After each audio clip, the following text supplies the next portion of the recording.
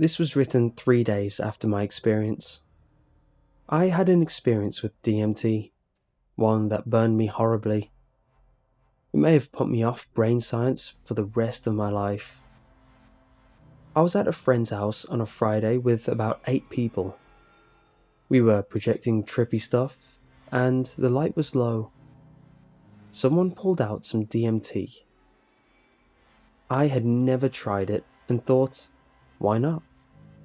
The pipe, which had been used before, maybe some left in the pipe, was held to my lips, directly heated, and I was told to breathe in, breathe in, breathe in, breathe in. And then my brain started screaming. The experience itself was as if someone cross-wired my 5 senses and put my brain into an infinite feedback loop. Imagine audio feedback applied to your crossed senses. There were no elves. There was no dark matter. There was no room, people, chair, or anything but my mind looking at itself, and itself looking at itself. This was not an emotional metaphor, by the way. This was my physical kinesthetic reality being brutally ripped from me. I had a concept. There were no thoughts. That 5 minutes of this would melt my brain and I would die. And I realized that death would not save me, but I would be like this till the end of the universe. It was the most terrifying, horrifying experience I have ever had or could imagine having.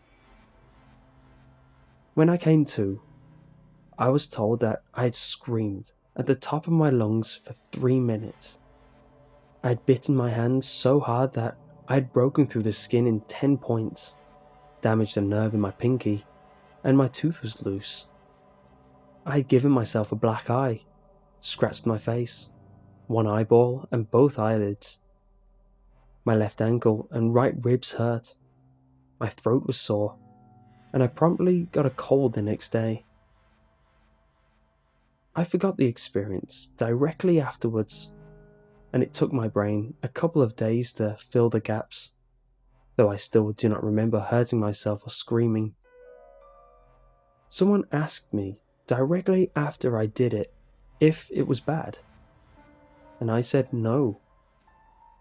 This was blatantly false, but it took me another day to realize it. Unfortunately, this has come in form of reliving the experience in horrific dreams that leave me terrified, shivering, and seeing things after I wake up. Just as you being drunk feels like being drunk, these dreams feel like being on DMT. They really feel the same. Because of the 4 a.m. adrenaline rushes, I wake up in the morning weak and exhausted with low blood sugar. Saturday was a wash. I actually got up and gave a talk to high school students about interactive art. I then forgot that I gave the talk for the rest of the day. I ended up feeling as if I'd dreamt the whole day. Sunday was better, but still very difficult. I have developed, hopefully temporary, a fear of the dark, which I think is related to the resulting nightmares. Each day, it has taken me half the day to shed the anxiety of the night. I love reality. I have visited the alternative, and for the time being, I'm staying right here. My brain feels raw, and the aftertaste of the terror and horror that I felt has made it difficult to function, even when awake. I just keep saying to myself, it was only a dream, until I believe it. I've been taking it easy. I didn't work this weekend. I went to the seashore, a spa, and Buddhist meditation. It has helped.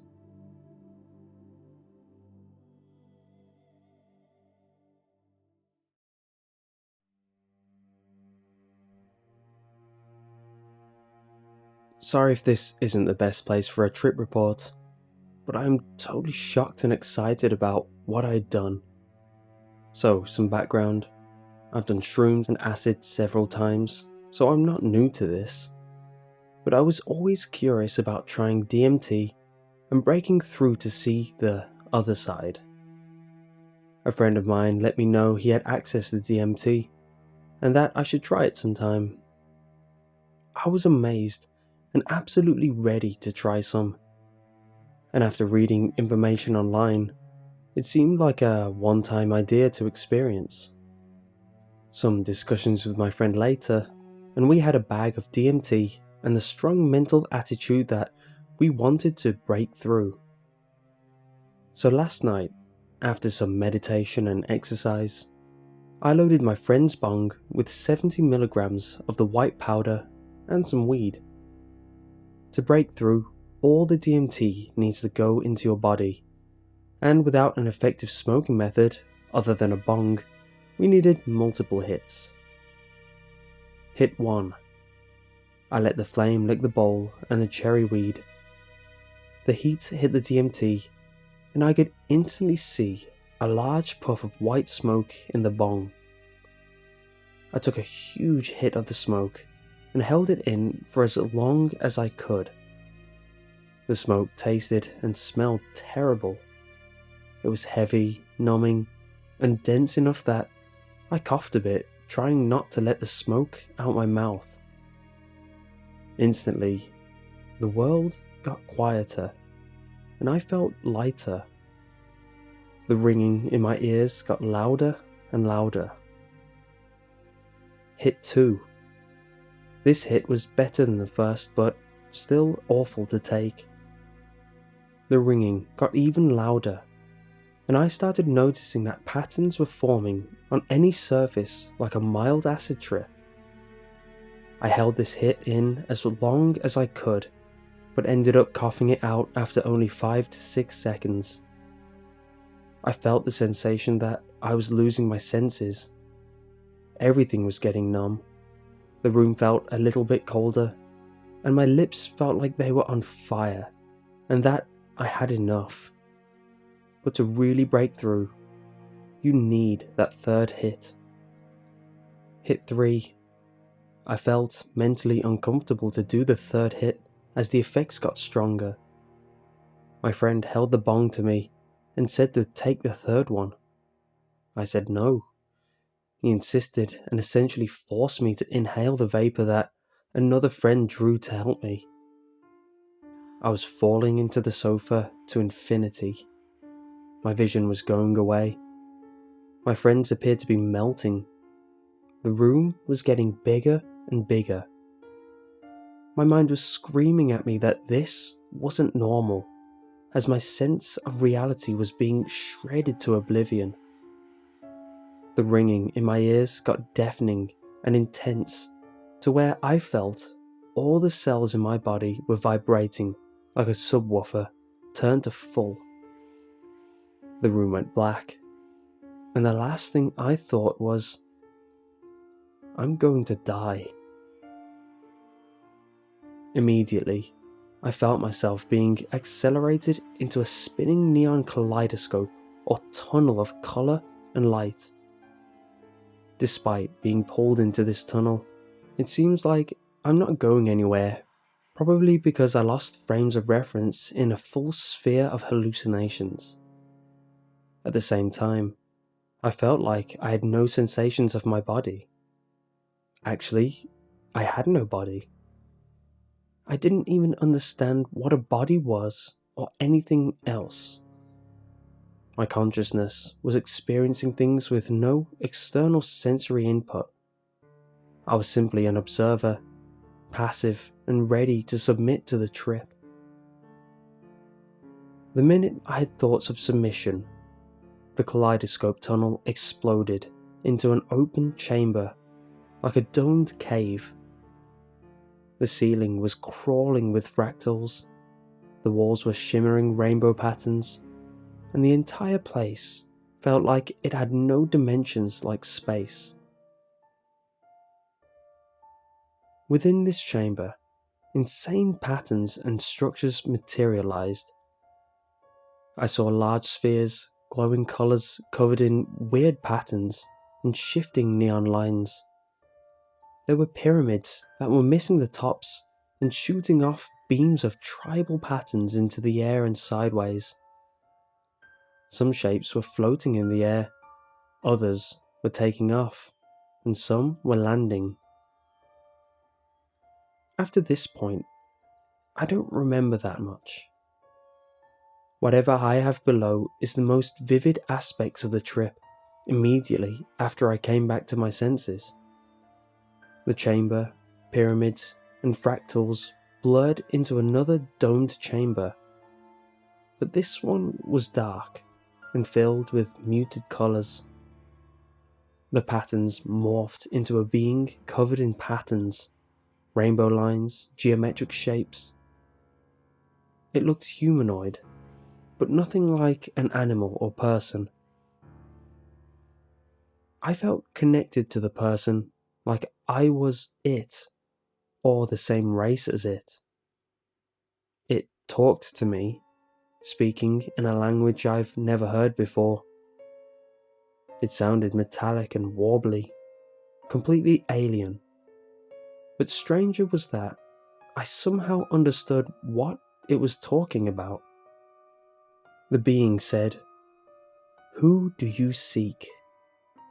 And I was able to tell him that I had taken some drugs and ended up here. The being seemed to smile, and I felt a tremendous rush of emotion as it said, "Finally, you are here. Welcome. I hope you have a good time." I was taken aback with wonder, confusion, and terror, and asked it, "What is this place? What am I doing here?" The entity simply answered, "You'll find out someday. Until then, safe dreams." The being then got bigger, fractals started intensifying, everything was getting brighter from a light in the ceiling, and then I felt the ground give way, and I fell through the light.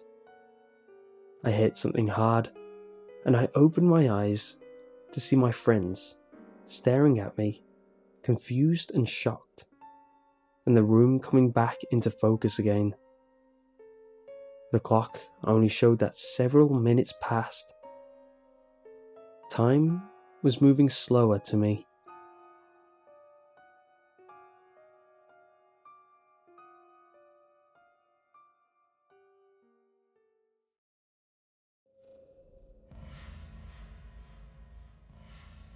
When I ventured into my DMT trip, the last thing I was expecting was the ego death.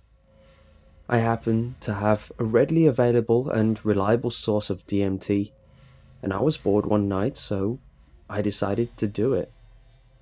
It was my second time doing DMT, my first trip being around 30 milligrams insufflated. This was a very mild trip, and did not really excite me much of the potential of a DMT trip. I remember emotionally connecting with and communicating with a microwave, and some breathing visuals, but not much else. Nothing very intellectual or deep. With this experience in mind, I decided to up my dosage to 55 milligrams, looking for a much more intense trip. Not necessarily ego death, but at least an intense DMT trip that I'd read is associated with this drug. I ended up with a life-changing experience, and possibly one of the best and worst drug experiences of my entire life. So I weighed out 55 milligrams and insufflated it all in one line. The burn is not instantaneous, but it hit me about 10 minutes later and got progressively worse until my trip was over. All I can say is water is definitely a DMT insufflator's best friend. Side effects of insufflation included burning my nostril and throat from the drip, a watery eye on the side in which the DMT was insufflated, and a runny nostril. The burn was bad. Then, the intense and slightly scary patterns and psychedelic open-eye visuals began occurring, as well as a slight body buzz, and the desk I was sitting at was breathing with me amazingly. Each time I breathed in, the desk would expand and move more than I've ever seen before on any psychedelic, expanding inches at a time, as though it were more alive than I were. I felt nauseous for about a minute, and had an empty black trash can by my side in case I were to vomit. During the minute I felt as though I would vomit, I held the trash can to my face and looked into it, preparing for vomit to expel from my mouth. Instead, when I looked into the trash can, it was as if I were going to be sucked into the black hole of death, evil, and darkness if I were to puke in it. In that moment, I felt as though an outside force was taking over my body, as if my entire body was no longer mine to control.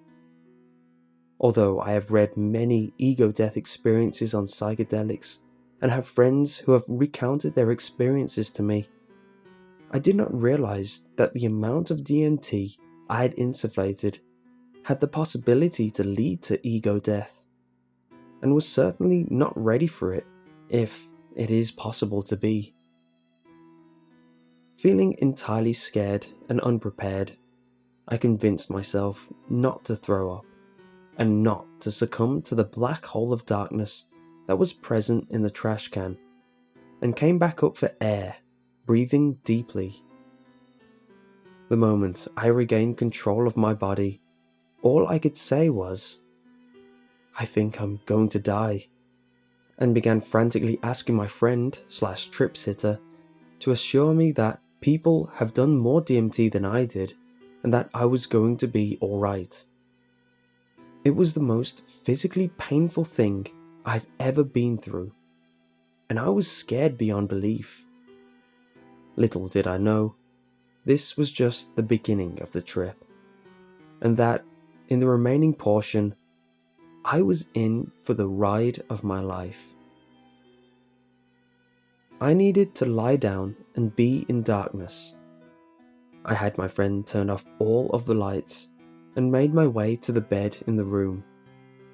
Controlling my body, attempting to move and walk, was all so foreign to me. It was as if I had a 600-pound body, a massive amount of weight that I simply could not control. I felt like Bambi attempting to walk for the first time. Luckily, the bed wasn't too far, and I was able to make my way onto it, lying down while experiencing excruciating physical pain. I told myself that whatever it was that was going on with me, no matter how terrifying, I had gotten myself into this, and at this point had no other option but to face it and come out on the other side. At this point, all of the lights were turned off. I was in total darkness, and had requested that my friend no longer speak to me. All I could do was succumb to the trip, to everything bad taking over my mind, and ride it out the best I could. I closed my eyes, and immediately close-eyed visuals occurred. There were cloaked, skeleton figures with piercingly evil red and green laser-like light protruding from their eyes, and I could tell they were there to take me, for lack of better words. These were the most evil beings I had ever experienced in my entire life, but I had no choice but to succumb to their evil and follow the steps they were leading me on. I covered my entire face and body with a black comforter to isolate myself from any grounding or worldly physical thing. as I felt I had to go through this alone and depart from any existent reality. The next 15 or so minutes was the most intense trip I have ever been on in my entire life. At this point, I was physically writhing in pain, or at least I felt I was. I was crying like mad, I was so scared. The cloaked beings and I were travelling through a tunnel of this evil green and red fluorescent piercing light, flying past me, and it was as if I was on the world's fastest and darkest roller coaster, yet simultaneously felt as though I was stationary and not making any progress through this tunnel. All I wanted was to get through to the other side. Progressively through this part of the trip, the piercing light and close-eyed visuals became less and less as the darkness was gradually taking over, and when I travelled through the tunnel, everything eventually turned pitch black when I reached the point of ego death, as if all of the good and light had been taken out of the world. The emotional pain, however, was just about to begin. The first thing I had to do in this journey, on these steps that the cloaked creatures were leading me on, was to let go of every inhibition I had, and for me, mostly my physical insecurities and inhibitions. I could no longer care about something as trivial as my physical being or appearance. I had to let go in order to be consumed. I could no longer be in control of my physical body, so I let go, and I stopped caring about control as the snot and tears ran down my face. Then, they had me focus in on the worst experience, the lowest feeling I had ever felt in my entire life. For me, this was a detailed experience with my dad, that I won't get into, but let's just say I had to focus on the intense amount of pain that I had felt at the time. The cloaked figures proceeded to flash previous psychedelic experiences of mine before me, each of which turned into pictures which were lit on fire by the laser-like light shot out of their eyes, exploding and bursting into flame before me. These spirits were angry at me for avoiding ego death in the previous experiences, and assured me that the person who had saved me and grounded me back to reality, allowing me to avoid ego death previously, would not help me this time. Although the person had been physically around me during these previous experiences and was not on this one, I feel that his actual physical presence had little to do with this. The cloaked figures continued to have me focus on my most painful experience, what had to be the worst amount of physical pain and emotional pain I had ever felt in my entire life. The whole time I was crying violently, breathing so sharply and heavily, almost as if I were physically dying by running out of air to breathe. Besides being emotionally painful, it was incredibly physically painful. Plus, I could still feel the throbbing pain from the burn in my nose, as if it were causing pain to my entire body. Some outside force was controlling my body, and the only way I can describe it would be as the opposite of an exorcism. I began to have this conversation in my head with the cloaked figures about my father and all the pain and anguish I felt toward him.